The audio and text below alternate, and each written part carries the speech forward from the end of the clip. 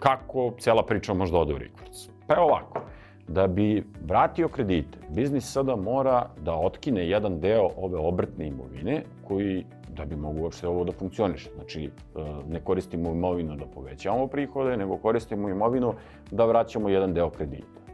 I sada, taj deo kredita koji nedostaje je 15.000. Znači, ubacujemo 10, a ispada 25 i ta razlika, znači ovo ispada iz priče, ovo ovde pokriva taj deo, ali razlika je minus 15, tako.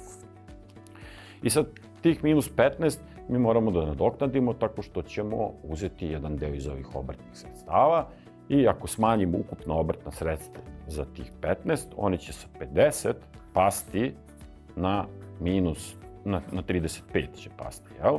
Znači, ispašće ovih minus 15, i to će biti, boga mi, oko, ajde kažemo, 30% pada.